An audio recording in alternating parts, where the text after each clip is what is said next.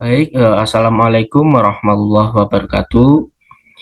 Perkenalkan, nama saya Paksi Andriansyah, mahasiswa dari program studi pendidikan teknik otomotif, Fakultas Teknik Universitas Negeri Yogyakarta.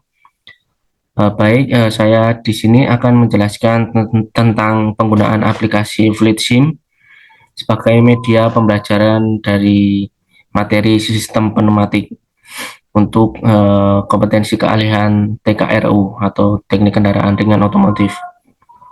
Baik, yang pertama, saya akan menjelaskan tentang komponen-komponen dan hal-hal yang ada di aplikasi Vesto Village ini.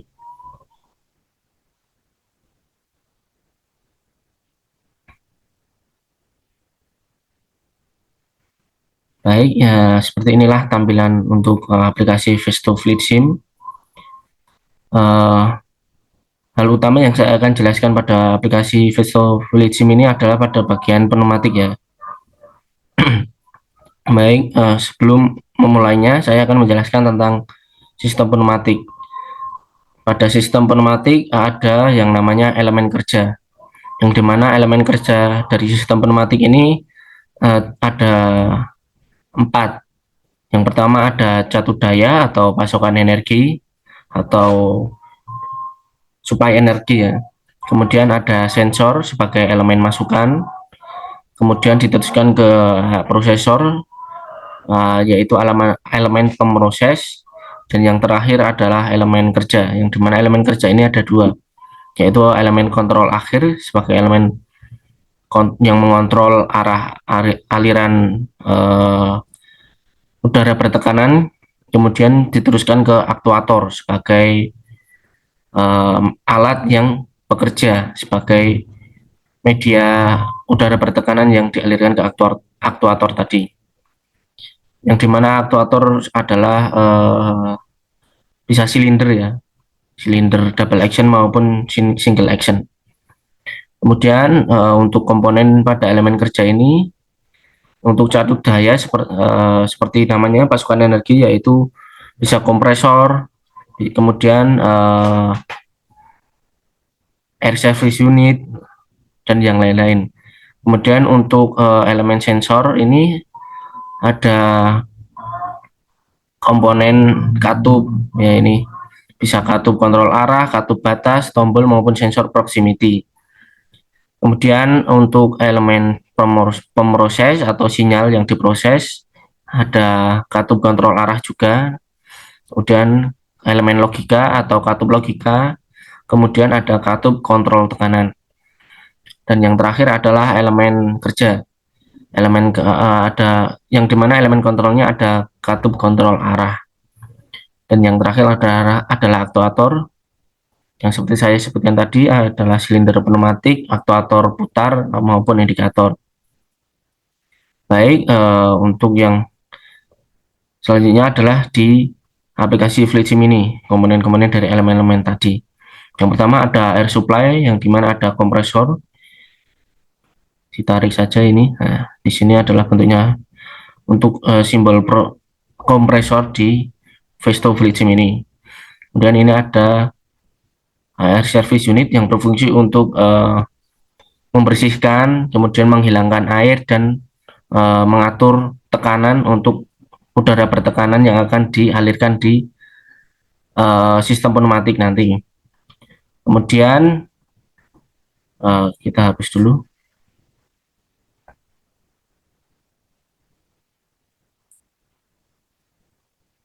Kemudian untuk elemen yang kedua adalah elemen sensor yang terdiri dari katup kontrol arah ini. Katup kontrol arah ada di valve ini, di konfigurasi. Ini ada beberapa katup ya ini. Ada sekitar 6 dan 7 maksudnya. Yang dua ini sangat kompleks, mungkin saya dijelaskan di materi selanjutnya saja. Yang keempat katup ini akan saya jelaskan. Yang pertama ada katup 3 per 2 per 2, 2 per 2, yang dimana artinya adalah katup ini memiliki dua lubang atau yang satu masuk dan dua output, yang satu sebagai input, yang kedua sebagai output. Dan per duanya adalah posisi kerja yang dimana bisa normally close ataupun normally open. Kemudian yang ketiga, 3 per 2 sama, yaitu 3 adalah jumlah lubang atau jumlah katup yang ada di katup 3 per 2 ini. Dan per 2-nya adalah posisi kerjanya juga. Dan seterusnya sampai ke 5 per 2 ini. Terdapat 5 katup dan 2 posisi kerja. Baik, saya akan hapus lagi. Untuk elemen selanjutnya adalah elemen pemroses, yaitu adalah elemen logika maupun katup kontrol arah seperti yang ini. Untuk katup logikanya seperti ini. Nah ini bisa. Ini adalah logika seperti di elektrik ya, logika OR maupun logika NOT seperti itulah untuk penggunaan elemen logika pada sistem pneumatik ini. Selanjutnya adalah elemen kontrol yang seperti tadi adalah menggunakan katup konfigurasi. Kemudian ini adalah penggeraknya ya, bisa mekanikal seperti dipencet maupun digerakkan oleh tuas. Kemudian yang pneumatik ini adalah menggunakan udara bertekanan untuk mengaktifkan katup kontrol arah ini. Kemudian ada solenoid atau penggunaan elektrik ya ini. Ini adalah beda pembahasan lagi, elektrik pneumatik. Mungkin fokus kita ada di mechanical maupun pneumatic operated ini. Kemudian yang terakhir adalah pada elemen kerja, yaitu aktuator. Untuk aktuator kita bisa masuk ke ini aktuator. Nah, ini. Di mana ada single action, kemudian ada double action. Untuk double action ini tanpa paper ya, jadi ada dua lubang untuk mengoperasikan silinder ini. Jika udara masuk lewat sini, nanti piston akan bergerak ke depan. Kemudian untuk membalikannya lagi harus butuh udara bertekanan lewat sini. Jadi nanti piston akan kembali lagi seperti semula. Untuk yang single action ini hanya ada satu masukan, yang dimana jika udara bertekanan masuk lewat sini, nanti piston akan bergerak maju dan kembalinya adalah menggunakan pegas pengembali ini.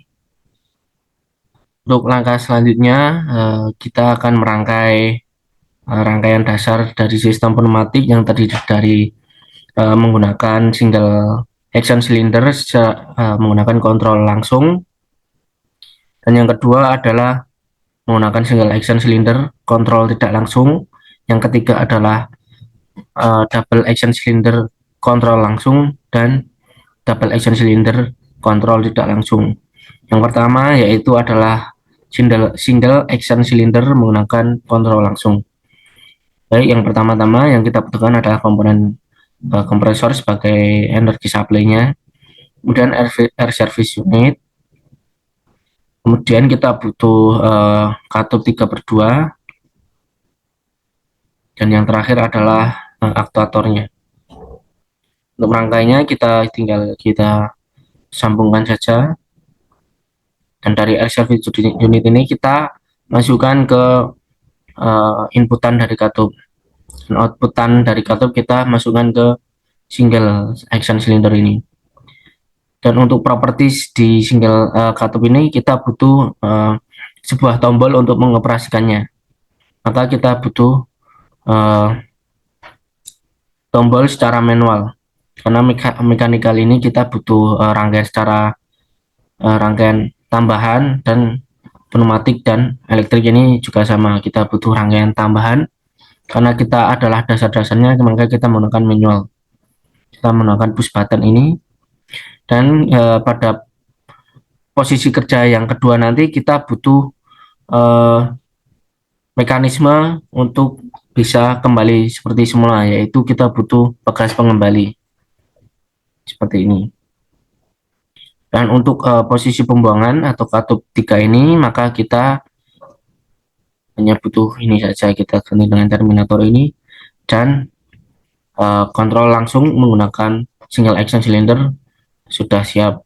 Maka kita akan mengoperasikannya atau kita menggunakan keyboard F9. Baik, seperti yang tertampil pada gambar, untuk garis-garis yang berwarna biru ini adalah udara bertekanannya ini. Dari air service unit ini langsung ke inputan pada katup.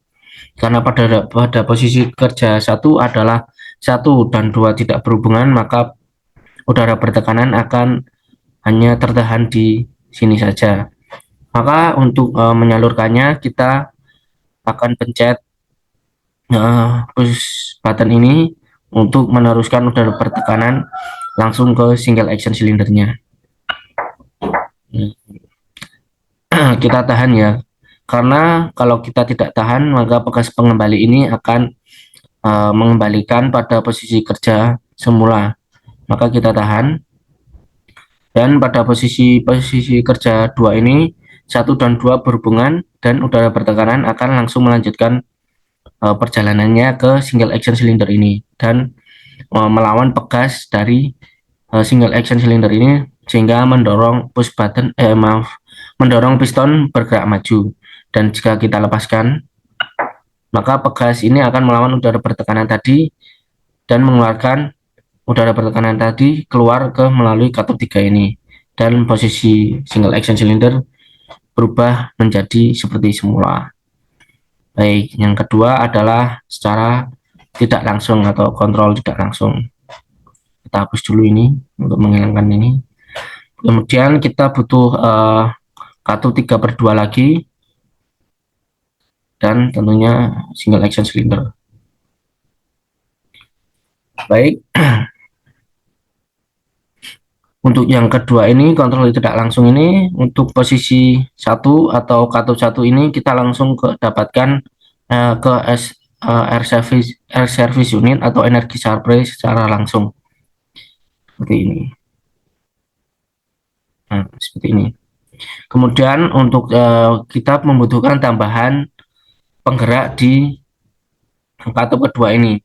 Maka karena katup kedua ini nanti mendapatkan udara bertekanan secara langsung dari katup pertama ini, maka katup kedua ini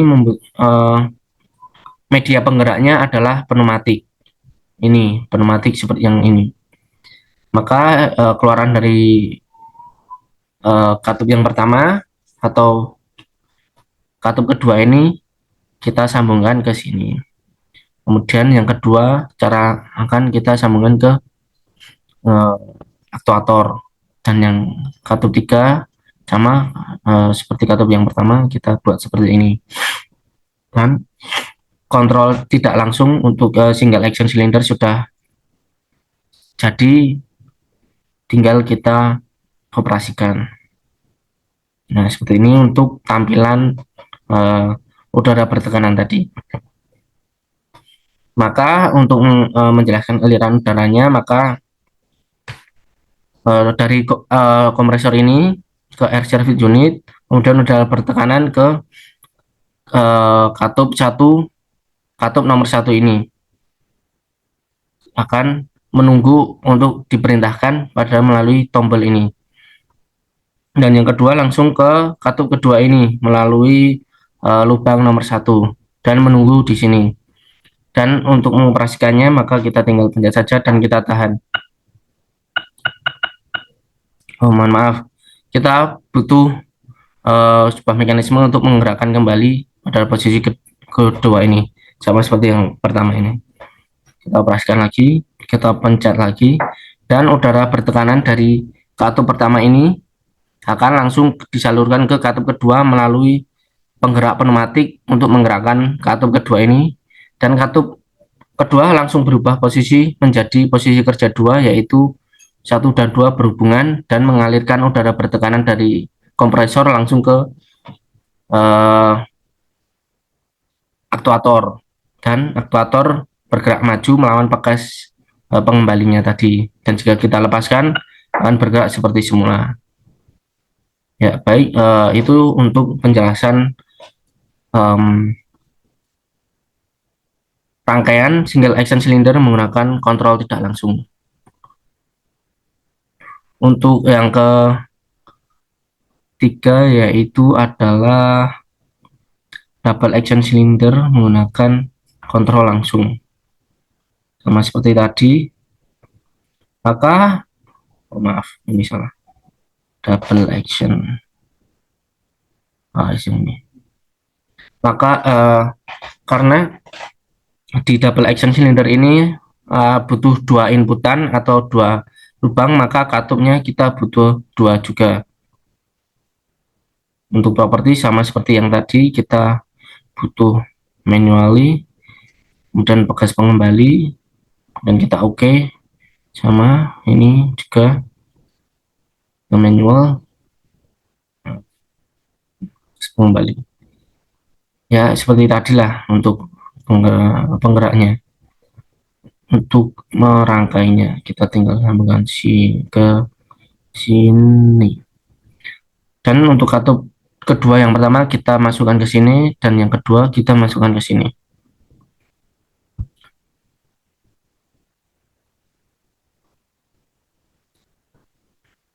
Baik, ini untuk double action control tidak langsungnya. Kita operasikan. Nah, seperti yang kita lihat, udara bertekanan ini dari air service unit, dari kompresor ke air service unit, kemudian air service unit ke katup pertama ini melalui lubang pertama pada posisi kerja pertama, yang dimana 1 dan 2 tidak berhubungan, maka udara bertekanan tidak dialirkan. Maka jika kita pencet,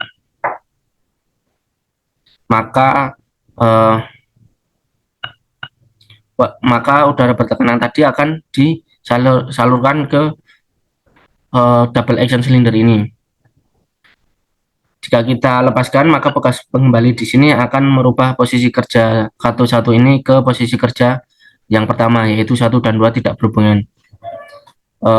Untuk aktuatornya tidak akan berubah pada posisi kerja semula atau tidak akan kembali mundur lagi, karena butuh udara bertekanan untuk melawan atau menggerakkan piston untuk bergerak mundur, di mana kita butuh katup lagi ya, yang dimana katup ini adalah nomor 2. Jika kita tekan, maka 1 dan 2 ini akan berhubungan atau posisi kerja 2 langsung mengalirkan udara bertekanan ke aktuator dan menggerakkan kembali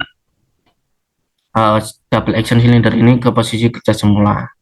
Seperti itu untuk rangkaian atau alur udara bertekanan dari double action cylinder kontrol langsung.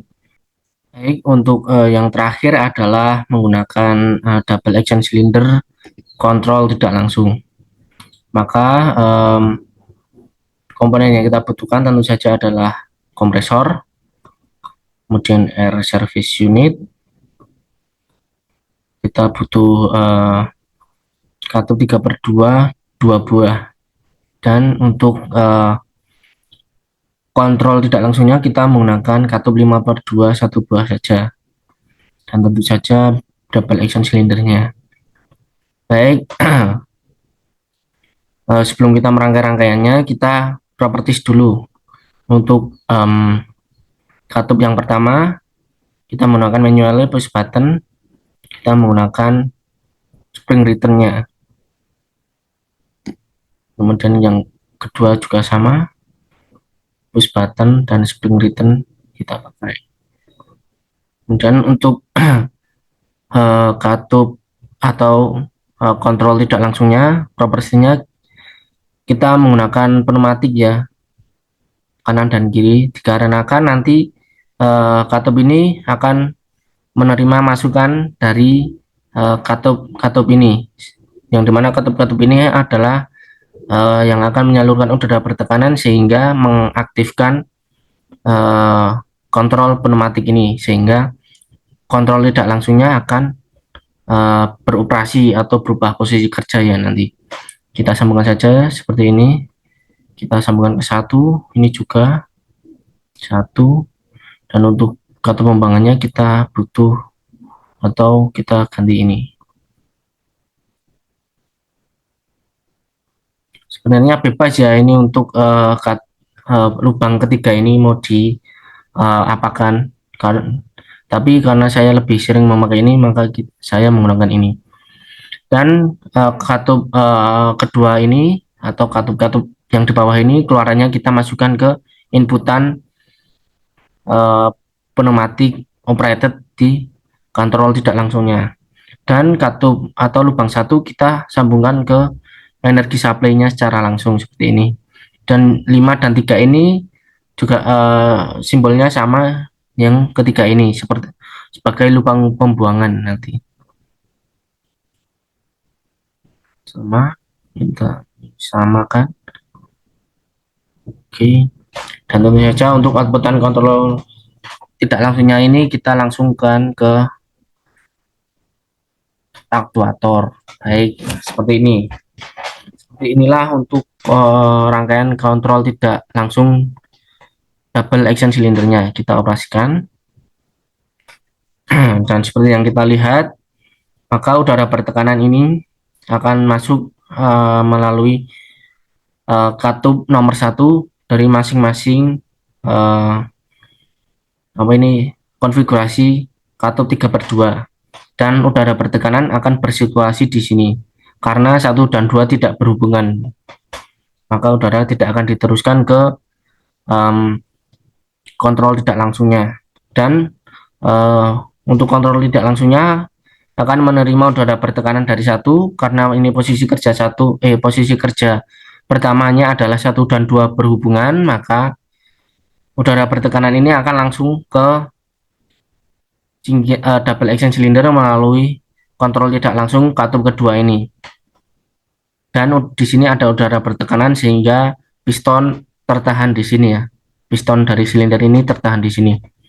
Maka untuk merubah posisi kerjanya kita atau menggerakkan piston agar bergerak maju adalah kita klik atau pencet pada